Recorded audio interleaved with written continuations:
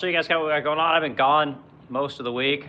I wasn't here Monday, I wasn't here Thursday, I wasn't here Friday, so I'm here on Saturday. So yeah, a lot of being out of the shop, a lot of things got done, and that's kind of one of the ways to grow your business. You got to teach people to do things and get them to operate while you're gone, and you know it means delegating and all that fun stuff. And everyone, I guess, knows all this. But anyway, my name is Eric Wilk, and I own the Splendid Crow here in St. Louis, Missouri. I'm a small furniture company, do about 500 pieces a year. We're a small 7-figure business with about 8 employees, and 2026 is shaping up to be really big. We are just slammed and inundated with work, more quoting and more bids going out than I've seen in a long time, you know. So 2025 was busy. 2025 is being just as busy, you know. So I'll talk about the business a little bit after I'm done showing you guys what's going on in the shop, and we'll talk about 2026 and kind of some of the things that I got going on and what kind of sales are in the pipeline and all that fun stuff. So if you got any questions, hit me in the comments, and hit the like button, guys. Add to the discussion, all those kind of fun things. Check out what's on the website. I do lots of talks about furniture business, about small business, and things like that from the perspective of somebody who never graduated high school, right? So made this thing happen with no real education, just a lot of hard work, a lot of learning how to make things, and being really intelligent, and having a wife who's an amazing salesperson. So anyway, that's what we're going to talk about today. So it looks like we got the Minecraft Lego guys in here. Good to see you, dude. Glad you're here. Thanks for hitting up the stream. So I'm gonna go ahead and go through the shop. We'll kind of see what's going on. So coming to the wood shop real quick. Flip my camera right here.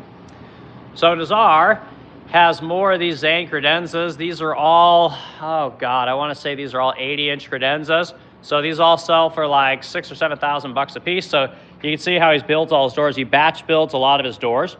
This is all cherry trim. The order in long 16-foot sticks, so we just whack it up. You can see it has an angle. It's kind of hard to see, but there's a bevel right here, right? So you got a flat edge, then you got a beveled edge, just like that. That's what makes up this door. People seem to really like this, but you can see he's just building all his doors at one time, and then he'll start mounting everything on all of these cabinets. And that's kind of how he does it. He likes to build these things in pairs or threes or fours or whatever it is that we need. But notice that on our cabinets, we don't use cheap edge banding. We use true 1/8-inch edge banding that is actually glued on. So it's not like a hot iron, you know, like a lot of people use. We don't use, you know, big edge banding machines like a lot of your massive shops would use. So we do it kind of old school, and that makes it much more expensive, and we can't build as fast, but you get craftspeople that get to do craftsman stuff, which is really cool. So here we got some kind of bunch of parts cut out. So these are for curved vanities. Kind of see how we build these things. We cut them all out of single pieces of wood, right? I don't joint everything like you see a lot of people do it. We'll cut them out of a single piece of wood.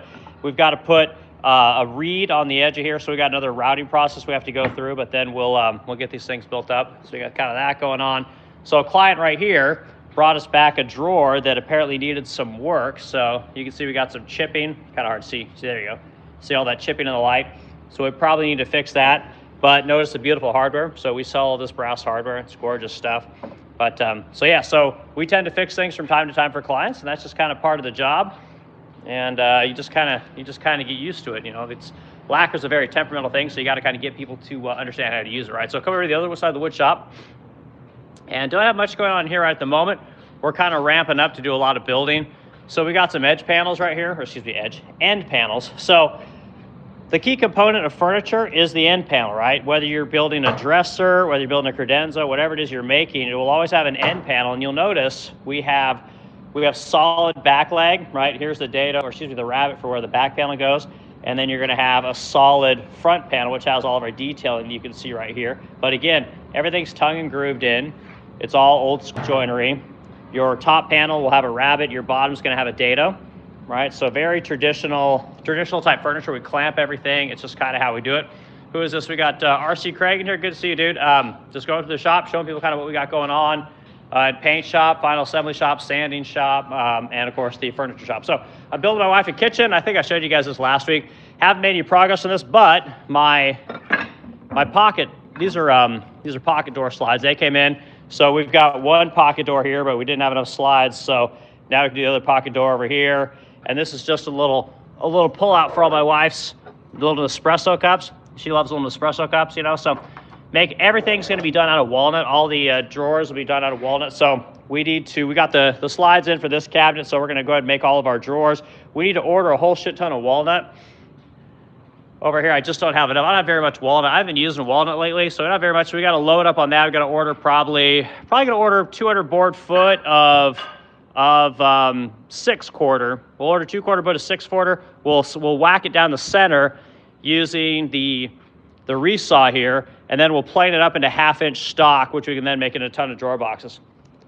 So that's kind of how we do it. We make all of our drawer boxes here. We don't outsource any of that stuff, which is why I use miter lock drawer boxes. It's kind of hard to find people that make those kind of drawer boxes, but that's what I like, right? So let's go into we'll go into the paint department real quick. So we go to the paint department. So this is the upper for a china cabinet. This is gonna be lipstick red, and I'll show you guys the lower in the paint room in just a second. So this cabinet is gonna be painted black now. So it was painted green to begin with, right? But we need to go ahead and change the color. Apparently the client wanted a different color. So all you gotta do with this stuff is just scuff lacquer, and then you can spray it a deeper color, especially something like black. It's very easy to do. So the cabinet itself is right here. So again, we're just gonna paint this thing black, and we'll only have to put one coat over it, and it'll look beautiful. Never have any issues with it, and that's kind of what you do there.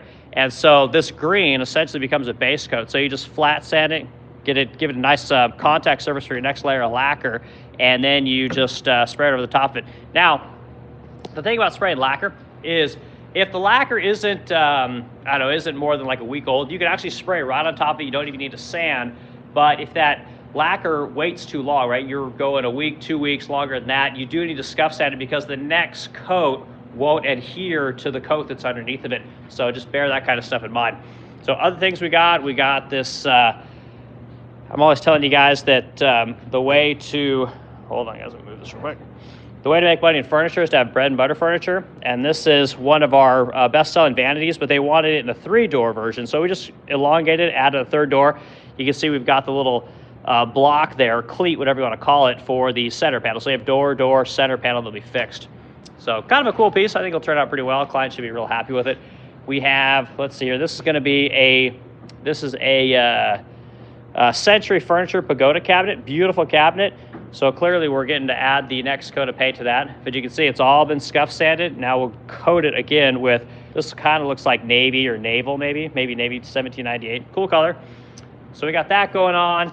I still have my Dorothy Draper, which is going to my office, but because it's mine, I'll probably never get back to it. So I need to, at some point, have the guys break this thing down and get it sanded. We'll paint that thing black, and then in here, all the details, these are all be painted gold. So it's a cool looking piece, and it looked fantastic in my office. So over here, more credenzas, right, guys? I'm always telling you about credenzas. Credenzas have been, I sold 42 of these in sizes ranging from 40 to 120 inches, right? I'll show you guys. I've got the 120 inch or 10 feet long cabinet down there. I'll show you guys in a second.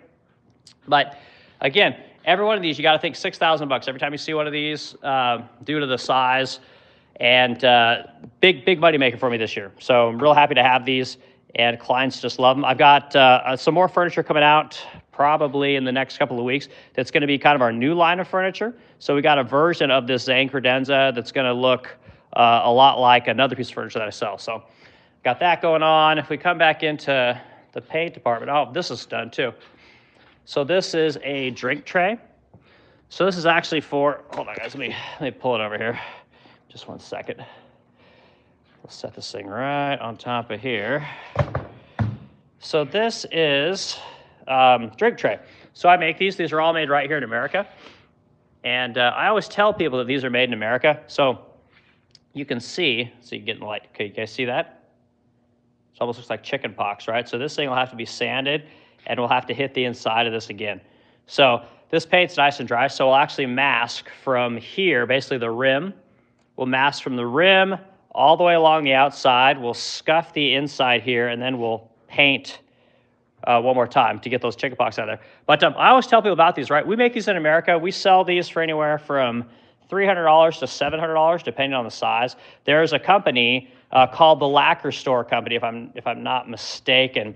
And these guys, they sell the same thing, but it's all made in Vietnam. They don't even make it in America, and they sell them for $300, $400, $500. So again, if you guys watch a video, I tell you guys how the reason small business is in trouble in America is because of what I'm showing you over there, right? That thing can be made for, I can make really good money on it selling those things for $300 to $700 a piece. This lacquer store company, they sell the same thing, not the same detail, but the same size and all that kind of stuff. They sell it for the same price that I sell it for. They're having it made in Vietnam, where they're paying $2 an hour for somebody to basically paint and sand, and they have no regulations, no paint disposal regulations.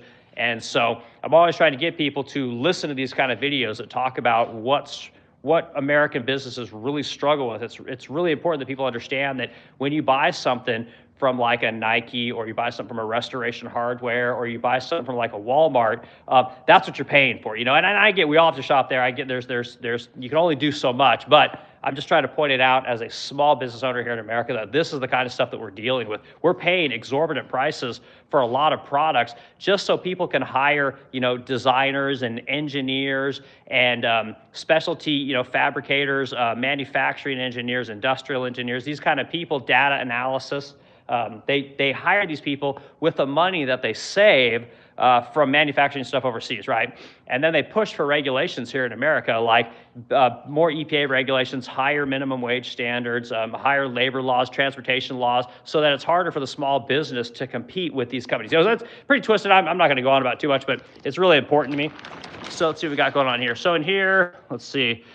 This is, I got a pagoda cabinet. I'll show you guys a really cool piece. This is the back for that. We got the first coat of this lipstick red color. So you can see it's not super glossy yet, coat number 1. So it'll get super glossy as we continue to work on it. So this is the base cabinet, which is, excuse me, this is made by Bernhardt. Bernhardt makes really cool stuff. The quality on their new stuff isn't as good as their old stuff. And again, we got pretty nice shine on there, but again, that's just coat number 1. But this is pretty cool. Check out this card table. It's kind of a cool looking piece. Really nice details, and I don't know who made this, but the color's really nice, and it shows really well. And again, I'm in here in the dark. I guess I could pull it out, but I'm gonna leave it because I'm kind of doing this one-handed. I don't want to rock the thing. But again, the finish is really nice. I think Noé did a fantastic job spraying this. So looks like Son's in here. Son, good to see you, man. Glad you're here. I was just showing everyone kind of what we got going on in the shop today. And but anyway, you can see the finish. It's beautiful. Got a really nice shine on it, and that's what people like. Come back out here. We got a couple of goodies over here. I think I've shown you guys all this stuff. Sorry, guys, it's kind of dark in here. So we finally got compliant with our 55-gallon drums. I told you guys a week or two ago that buying my acetone in 55-gallon drums saves me about $8 a gallon, right? So I go from paying $15 a gallon to paying about $6.70 a gallon. So big money saver there. But I did have to buy a flam cabinet, right? So we got a flam cabinet and we've got it grounded, which is what you have to do from a compliance standpoint. You know, so a big money saver there. That's going to pay for my CNC this year all by itself. The money I'll save just on acetone will make the payments on the router, and so that's kind of cool. It'd be nice if I put that money in my pocket, but it seems to when you own a business, you never get to put the money in your pocket. You're always buying something else for the business, or you've got to give out raises, or something breaks, or, you know, it's always something. It's just the nature of business. Okay, cool stuff. All right, so we're here in final assembly. So this piece is a double curve vanity, right? I actually built this one. I don't always get to make everything, but I actually built this one. So I make all the curved furniture, because it's just some people struggle with gapping curved furniture for some reason. I don't really know why, but people just kind of struggle with it. But black always shows really well, and it's a pretty sharp looking piece. So we got nice drawer boxes in here, chair drawers. We had to use side mount slides because there's not enough room underneath to put the locking devices for undermount slides. So that's what that client's going to get. But it should be a pretty cool piece. So it's actually designed to come apart. So you pull the drawers out, and it unscrews on this one of these sides. I forget which side. It unscrews so that the delivery person can take this unit and then this unit and not have to carry one long, you know, whatever 8-foot piece, and however long that is, 80 inches. So, okay. Yeah, Son says, damn, that's a lot of savings. Yeah, so that is a lot of savings. Like I buy 1,000 gallons a year, so that's probably going to save me, you know, a lot of money, which is fantastic. I said that wrong. Did I say that? Let me rethink this. I think how much of this stuff I buy. I go through almost 2 55-gallon drums a month. So what is that, 120 gallons? So yeah, 120 gallons times 8. So that's good savings, right? But the big savings, Son, is in the paint. Okay, here, I'll show you guys this real quick. Here, hold on. Let me flip my camera right here. I'll show you guys where the real savings is at this year. So come in here. I appreciate everyone being here. If you're liking hit the like button, hit the subscribe button. So here's the real savings, guys. So yes, we buy toilet paper. Okay, this is what we spray most of our stuff with. This is Sherwin-Williams high build lacquer gloss, right? There's a part number if everybody wants it. This stuff is $58.50 a gallon. It's good product. It's amazing. It doesn't dry very fast, and it's not the most stable, but it is a good product, right? It's got the best gloss, right? So this product is, to open this up so I can do this one-handed here. This is what we use for our base. So this is ML Campbell, and this is what's called Designer Classic, and it's also nitrocellulose lacquer, okay? Comes in 1 gallon. Now this is $32 a gallon. So $25 a gallon difference, right? So now, son, here's your, now do the math, right? So figure I use 1,200 gallons of paint a year, right? So half of that paint, at least, is going to be $25 a gallon cheaper. You know, so what's that? Another 500-600 gallons a year times 25. So we're starting to really bring in really big numbers with the savings in acetone and lacquer, right? And so it's a big deal, son. So, okay, all right. So here's some of the other cool shit. So I showed you guys this, right? Cool project. This was, I think we sold this was $9,000 for this piece. You know, kind of cool. Again, not the most difficult cabinet to build, but a lot of detail, right? You got all these routed details. You got routed details down below. The details are everywhere. I did a video on how to make all these doors, these curved doors, if you guys want to see that. Not the best video I've ever made, but it's okay. So this is a 10-foot Zane credenza, right? So this is like $10,000 or $12,000 is what we sell this for. In large part because think about delivering this thing. I mean, this is a 2-person delivery, and you got to have a big freaking vehicle to move it. It's a lot of work. But again, 7 doors, right? Really cool piece. So real proud of this one. We need to get the hardware put on it. But just typical shelving, adjustable shelving. But this is Navy 1798. But again, see, mirror finish, right? People love this stuff. Mirror finish is beautiful. And it turned out looking really nice. Come down here. You know, it's pretty sharp. So yeah, big money and big furniture, guys. Not that it's any harder. Like, to make this piece is not any harder than to make an 80-incher. It's not any harder, but you basically get to charge twice as much because it's so large. And that's just kind of how it works. It's like if you buy an SUV versus buying a sedan. SUVs always cost more, even though they don't really take that much more to build. But they get to charge more because it's a bigger vehicle. It's just kind of the economics of business, I guess. Oh yeah, so this purple's pretty cool. I don't know what this color is, to be completely honest with you, but pretty sick, right?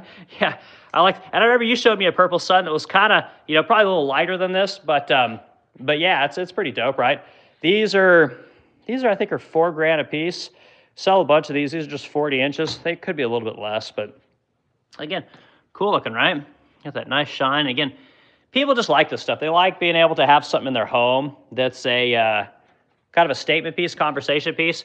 People walk in and go, what the hell is that? You know, so it looks kind of different. A lot of people, especially like on the East Coast, they just have this love affair with stained furniture. And so this kind of furniture is growing in popularity because it's different. You know, it's kind of a cool piece. So my project for today is this Pagoda China cabinet. So we have the base, we've got the upper, and then you got the Pagoda hood, right? And so I made this piece too. So I built all of this. Let's see here. Who got this Funk Cars? Yeah, I guess, dude. But thanks for hit the like button, Funk, and yeah, add to the conversation, man. But anyway, so we got to put faux bamboo hardware in here. So I sell all the hardware. I make it all. So we'll put the hardware on here. It's pretty cool. So you open this up.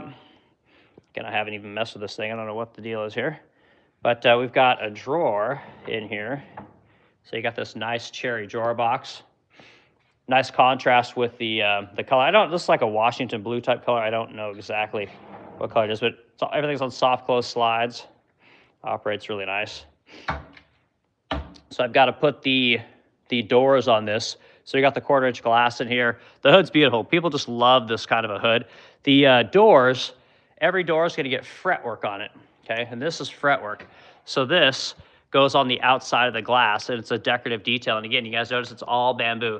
Nobody anywhere makes this. I'm the only person that makes this stuff. So I got more of that coming out this year.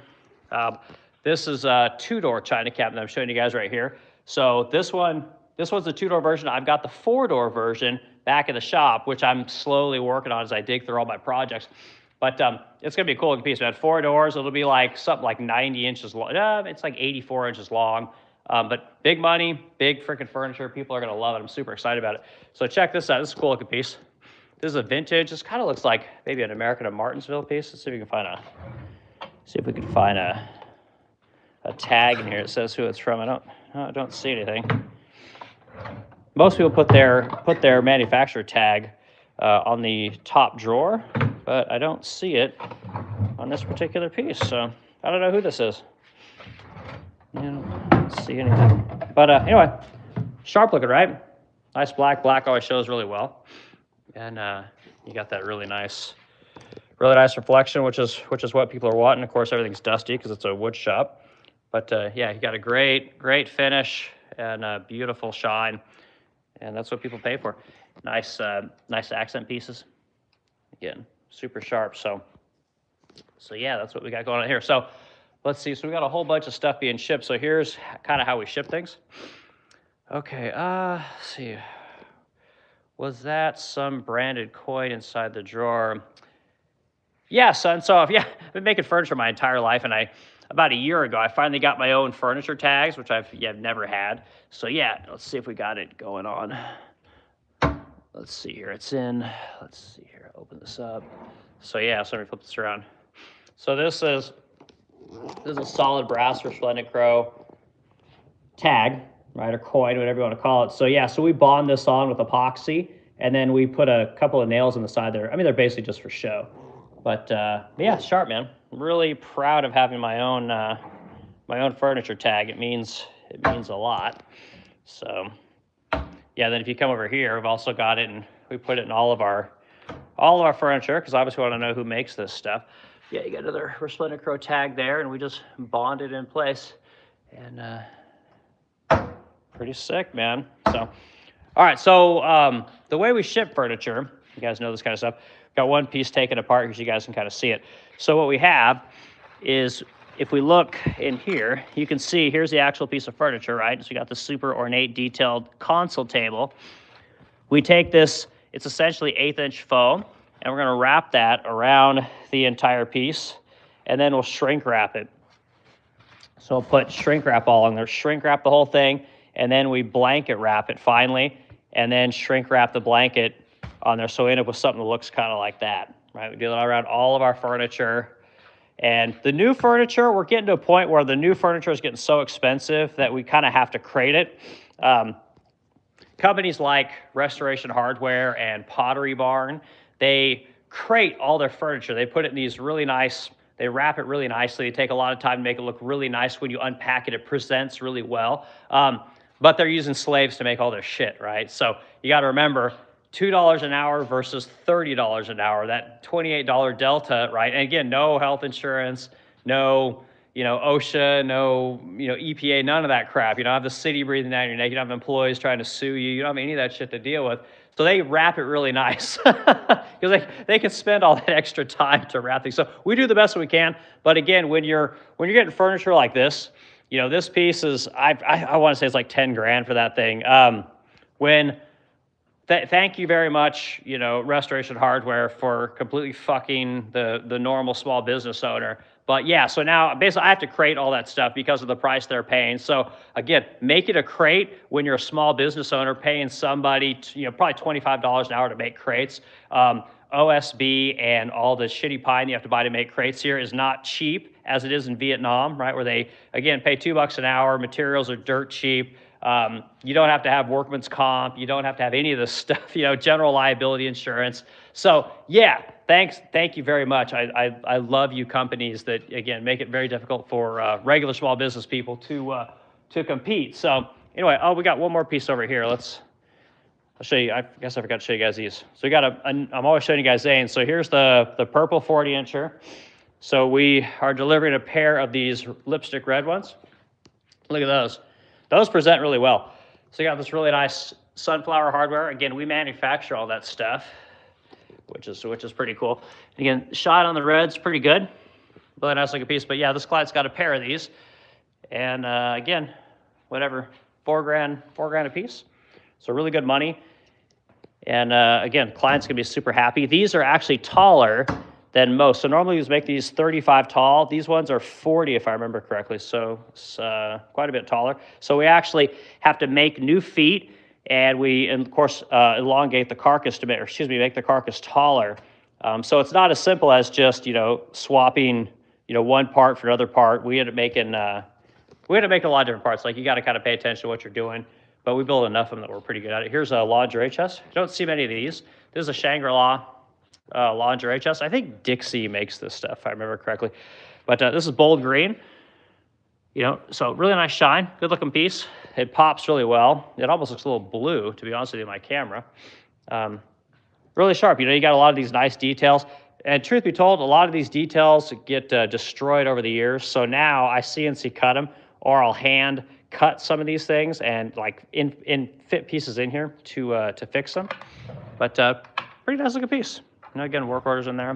So yeah, there it is. Dixie makes this one. So, and then there's the actual stamp there, Shangri-La. So cool looking piece. So yeah. So guys, I think that's all I have to show you guys for what's in the shop. I'm doing some new epoxy work. Here, I'll show you this real quick. So I got some new epoxy guns. We're gonna start trying some different epoxies. So these are just generic cheap epoxies that I bought off of Amazon. I figured I'd try some of this stuff out. And this glue works for just about anything. They call it metal glue, but it works for all kinds of stuff. So we're gonna try some of that, and I know that's the wrong gun. I have the right gun. That gun is for this, right? So this is called Maxi Bond. And we have all of our tips, right? These are mixing nozzles. So as you're mixing this shit out, it mixes in the nozzle there and comes out already mixed up. So the truth is this, go to our stock room here. This is a 400 milliliter tube, and this stuff is about 30 bucks. It's the same price as my favorite epoxy, which is 3M's DP100. I use this for everything. But again, 48 milliliters, almost $30. 400 milliliters, no, excuse me, 200 milliliters. And this is like, I would say it's like 30 bucks. So it's basically the same price. You get twice as much, well, 3 times as much. So we're gonna start using this product a little bit, if it works well, and see if we can't save some money. So yeah, this year is the year that I really work on cutting costs. When you work in your business all the time, it's kind of hard to work on your business. I know my wife would just love hearing me say that, because I don't generally say that kind of stuff. But I'm one of those guys. I like to work in my business. I like to make furniture. I love to be the rock star that's making all the cool furniture. But unfortunately, I just can't do that. So I got a CNC coming in here pretty soon, so I'm gonna have to figure out exactly how to run that thing. I know 50% of it, I gotta learn the rest of it. So I'm gonna be doing even less furniture building and getting this router up and running, so that we can become more efficient, make more furniture. So the economics of a router are basically, if I could save, say, if I point you guys to this cabinet. So again, I made 42 of these last year. I cut all these out by hand. All these end panels cut out by hand, tops cut out by hand, all the routing work done by hand, right? So if I can get a router and I know that I'm gonna sell at least 30 of these, I can cut out 30 tops, I can cut out, 60 end panels, 30 bases. I can cut all these parts out for every individual size, have them setting there, and essentially go from needing builders everywhere to having maybe an assembler or two. Make it a little bit easier for people, and hopefully cut an hour or two out of every cabinet, because we don't have to do so much cutting and routing, which means you take those 30 cabinets, save 2 hours, that's 60 hours. 60 hours basically allows me to build 3 more credenzas at $6,000 a pop. That's 18 grand, right? That pays for my CNC router in 1 year, and that's just with one cabinet. So when you have bread and butter furniture, every time you could pull 30 minutes, an hour out of a piece of furniture, it exponentially grows throughout the year, because you sell so many of those pieces, you start making money. A lot of people, the stuff that's popular on YouTube, they show you guys all the weird custom wacky shit that people build. That fucking Bourbon Moth guy builds goofy stuff. The Four Eyes guy builds goofy stuff. The Blacktail guy has it right. He makes those epoxy tables, and they're basically all the same kind of epoxy table.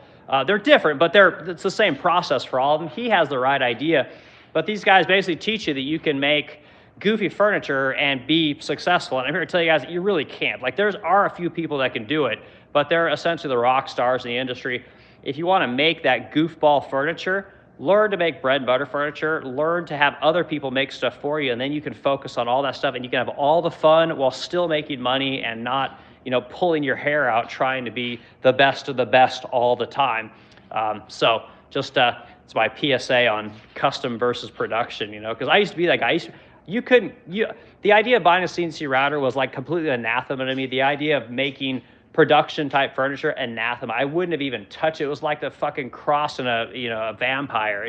I couldn't do it. Now, I embrace it all. Like, I love to make the custom stuff. I still get to do the cool custom projects, but again, I get to hire people. We're making production furniture that a ton of people love. Profit margins are incredible.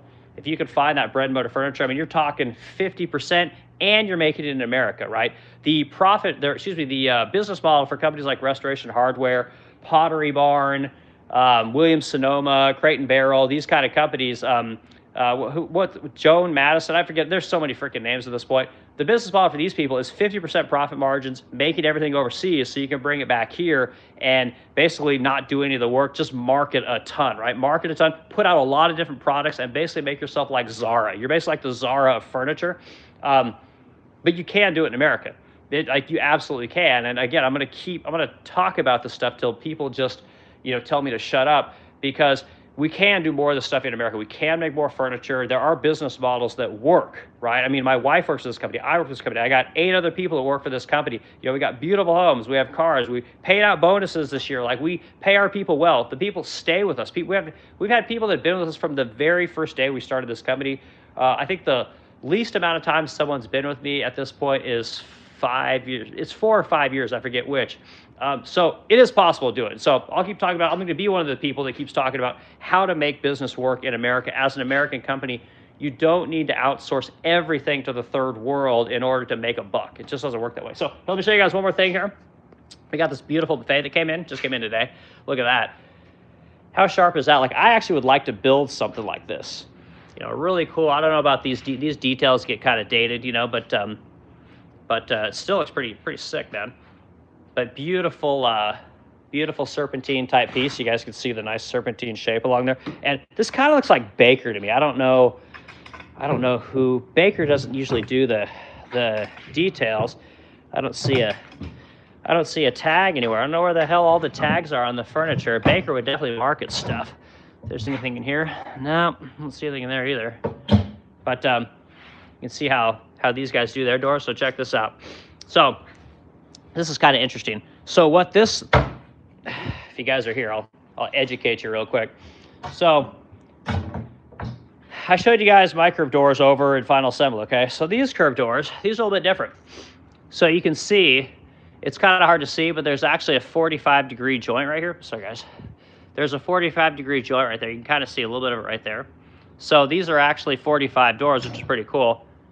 Come back here, and they've got a piece of trim right here, right? So what they did is, this is actually, instead of being a dado in here, this is actually a rabbet, right? So that rabbet allows them to then take this panel and press this panel in here and hold it in with the trim. So I actually like this idea. I might steal this idea. But look at that. There you go. You can see the 45-degree joint better there. But yeah, so they actually pressed this panel in there and then held it in with trim sticks. So I think that actually looks better. I like that this essentially is like a layering of detail, which is pretty cool, right? And this is obviously mahogany, but yeah, pretty cool looking piece, man. So anyway, put my camera right here. That's all I've got for you guys today. I'll talk about 2026 a little bit. I think I talked last week, but we'll kind of continue. I'm sure there's plenty of people that weren't here. 2026 is shaping up to be wild, like big furniture. So I showed you guys a piece of furniture I made last year called the Evans. It's called the Evans Modular Credenza. We sold it for $12,000. I'm in line to sell 3 or 4 of them right now. We have. I've got some designers that are looking for this large furniture, and so they're asking for it, but they're asking for it in custom sizes and different kinds of sizes. So we're going to take that piece of furniture and we're going to shrink it down. We're going to do 120, 180 inch, if I remember correctly. And we're going to not only do it in modular sizes, so where you have 2 cabinets or 3 individual cabinets, but we're also going to do where you have 1 solid cabinet. So it becomes essentially with 1 piece of furniture as opposed to 3 boxes and a base, which is technically 4 pieces. So we're looking at doing that. That's something that's coming up. I just did the engineering this morning on that, so I've got to finish up all the engineering on that, and I think we're going to start cutting those out. But there's a lot of big ticket items coming through right now, and I don't know what to think about that, to be quite honest with you guys. I've got a lot of thoughts about 2026 and what I wanted to do with this company, and the fact that it's so busy is changing what I wanted to do in my kind of long-term game plan. So here, let's look at our comments real quick and we'll continue on here.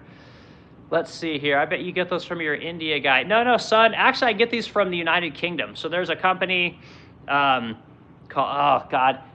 It's called like Logo Tags, I think is what it's called. And actually, I saw one of their ads on Instagram maybe a year, 2 years ago. And I put in an order with them, but they were kind of fighting me with the whole vector file thing. You know, they're wanting me to basically give them a specific kind of logo file for my logo, and I'm like, fuck off. Like, if you guys want my business, like, you fucking make the thing. I just sent them an image and they went ahead and they did it, and they made it, because I'm not trying to do more work for myself. Like, so they clearly could do it. They figured it out, and now they sell me tags. They probably sold me 500 tags at this point. So yeah, that's where I get it, from the United Kingdom, son. So all right, what other thing? See, did you pick CNC? Yeah, I picked a CNC, and me and my wife are working on financing right now. We're not going to pay cash for it because there's no point. There's no point in paying that much money for something. The idea in a business with large CapEx things is you want to reduce the amount of cash you have to put out every month in a small business, because the truth is that even a business like mine that's been around for a while, that brings in a ton of revenue. I think we did 1.5 last year in revenue, and honestly, the profit was probably 200 to 300. I honestly haven't looked at the end of the year profit loss statement, but I think we're like somewhere in there. And even then, like, it's not like we get to take all that money, and put it in a piggy bank and, look at it. Like, it's never, you always end up spending more. You're taking money out of your business constantly for different kinds of expenses. So even though we made a nice profit, the money's spent, at this point, So we'll take the money that we're gonna get for the router, we'll finance, whatever, 20 grand, less like whatever, 10%. And then we'll basically make a payment of anywhere from probably $300 to $500 a month. And we'll learn to use that machine. We'll immediately expense it because we have bonus depreciation because of the Trump administration. So you get to write that shit off right away. All $24,000 of it gets written off right away, which is really cool. And I told you guys earlier to use this R&D credit, right? So as I'm learning to use this machine, guess what? I'm going to start writing a lot of that stuff off, And it's not necessarily going to be just for, I don't think you could write off, training per se, but you could certainly write off R&D. And if I happen to be doing R&D while I'm training, so be it. So I'll keep track of all that with essentially an Excel spreadsheet or I've got Grok on here, so I can tell Grok to make notes and put notes in my phone. So I may end up cataloging and documenting all the time that I use with that CNC machine that way. So that's what's coming up, son. That's the CNC. I'm going to go with probably what's called a Millwright CNC. We know a guy who has a couple CNCs here in St. Louis, and my wife had asked if we should buy one of his CNCs. And I consider doing that because we could probably score it for the same money. And it would be a more stout machine. It's a Laguna, but it'll be 5 years old probably, and it doesn't have a tool changer. The router I'm looking for, everything's touchscreen. It has a tool changer on it. It's a pretty sick machine, but I got to put it together, which does kind of suck. But that's what, it's either that or spend 50 grand on something that's comparable. So I don't mind putting it together. I like to learn. But anyway, so that's what's going on with the CNC side. So yeah, so 2026 is, we're seeing a lot of orders, right? We're seeing a lot of activity. A lot of people are looking to buy. I don't know do you guys think the economy is good? Everyone says the economy is shit when I get on the internet, but in my orbit, everyone's working. Money's good. Like I said, we gave out bonuses this year. We had plenty of money to do that. So, our people are middle class people. They, got paid. So I think that the economy is doing better than I think people want to give it credit for, which is good. but because of the vast amount of orders we have coming in, like I really was entertaining the idea of moving my business. Like I know it'd be hard to convince my wife, but like I've been looking into it hardcore in states like South Carolina, North Carolina, Tennessee. They really want to take business from other states, especially established businesses, and they want to give you basically incentive packages to move there. So I'd considered that, but if we're this busy, I mean, it's gonna be impossible to do that. So yeah, I don't know if I can do that, but we got a lot of cool stuff coming down the pipeline. Still waiting on these bids, so I'm working with this designer on this massive project in Texas. Trying to land that. That's a six-figure project. I've done all the work, but they're slow. So I'm still waiting to hear back from that. We got a lot of 10-foot and 12-foot credenzas cabinets coming in. A lot of that business is going in. We're doing a lot of custom China cabinets. We got new built China cabinets. We got new Evans furniture coming down the pipeline. We got new vanities coming down the pipeline. So you guys are going to see, we're putting out this massive Evans credenzas. We're going to put out smaller credenzas. We're going to put out nightstands and vanities to go with all the credenzas that we're building. So we're trying to get new pieces out. I've got some what I call my Zane nightstands. So I've shown you guys a million times my Zane credenzas. I built a set of nightstands, freaking beautiful. I love them. They're actually in my bedroom. I built them out of cherry wood, and I stained them kind of a dark cherry color. Haven't sold one. Nobody has wanted them. Zero interest. So I'm yanking those fucking things out of my bedroom, and we're going to paint them because apparently everyone just wants us to paint everything. So I can't make anything stain grade. So yank those things out and get them painted. I'm going to splatter them all over social media to try and sell those things. Because if the credenzas are this popular, the nightstands are beautiful. Like I don't necessarily think that my furniture is amazing all the time. Like I build plenty of things that I'm kind of like, that's pretty mediocre, but it sells well. But these nightstands, I just love. So you guys will see that stuff. So yeah, things are going good, guys. There's not, I don't have a lot of doom and gloom to show you guys or tell you guys. I know a lot of people talk shit about the economy, but yeah, like sales are good. A lot of traffic to the website, guys. So go to thesplendidcrow.com, see what it is that we do. Go to themodernwoodworker.com, which I haven't worked on very much, but support what it is we do. It's a cool business. I like to do these streams just, again, to show you guys what a real business owner deals with, selling real stuff. I show you guys everything that I make. We make it all here in America. We're not, again, we're not one of these poser companies that outsource everything and then claim to be America. Like companies like Nike and Restoration Hardware, I don't consider those companies to be American.